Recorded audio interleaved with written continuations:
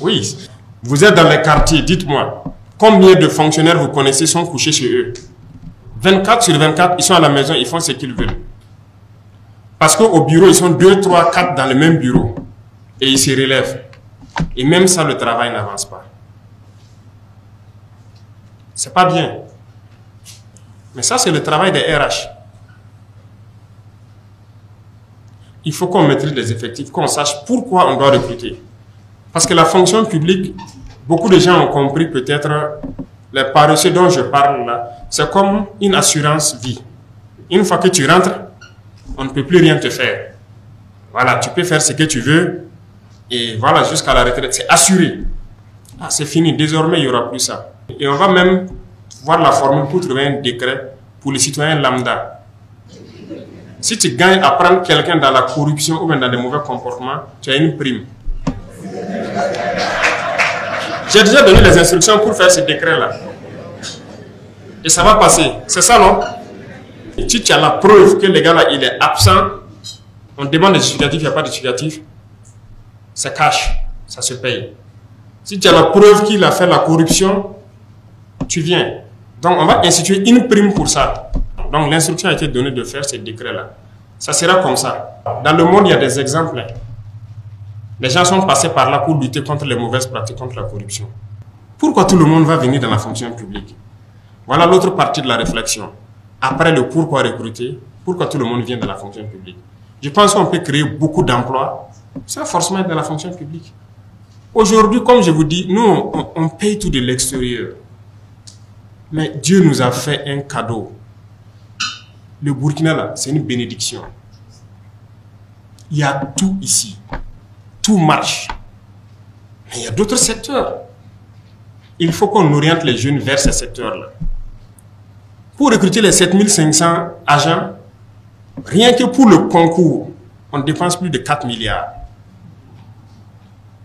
Ça, c'est pour faire le concours. Hein. Et ces 7500 agents, la masse salariale annuelle, c'est 22 milliards et quelques. Est-ce qu'avec ça, 22 milliards et 4 milliards dans l'année là, vous pensez qu'on ne peut pas recruter, créer de l'emploi pour plus de 20 000 personnes? Les emplois pérennes. Il faut qu'on arrive à rationaliser nos finances là. Ça ne peut pas se passer comme ça. On va subventionner beaucoup de cultures. On va organiser les filières là et les aider comme on peut. Parce que nous avons de braves paysans au Burkina. On n'a pas de paresseux, hein. On a de gros travailleurs au Burkina. L'initiative qu'on a lancée, moi j'ai suivi tout de bout en bout. Jusqu'actuellement, ils sont en train de récolter le riz. Mais on a de braves paysans. Il les suffisait d'un peu d'aide. On était parti sur 11 000 hectares. On en est à 15 000 hectares. C'est un échantillon. La plupart des bas-fonds où les gens sont partis, on me renvoie les films que je suis quand ils interactent avec les paysans. Vous allez les trouver, ils ont des bassins de 50 hectares. Mais du fait de la pauvreté, ils ne peuvent que cultiver 1 ou 2 hectares. Qu'est-ce qu'on a fait? On a trouvé de l'argent. On laboure tout, les 50 hectares gratuitement.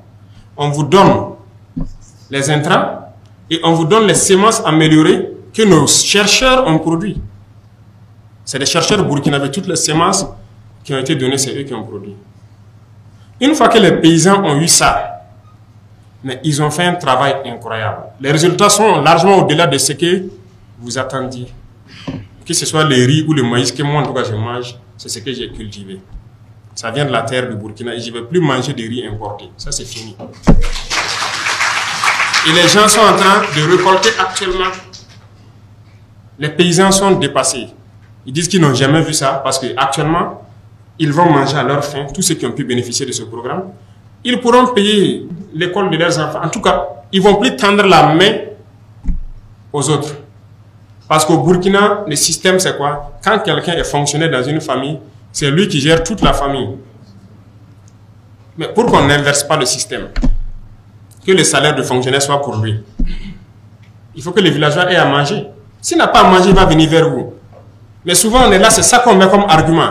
Ah non, derrière un fonctionnaire, c'est plusieurs personnes qui sont là. Hein. Nous, on veut casser avec cette routine. Il n'y a plus personne derrière lui, c'est sa famille. Il faut qu'on trouve du travail aux paysans aussi. Donc, actuellement, la tendance...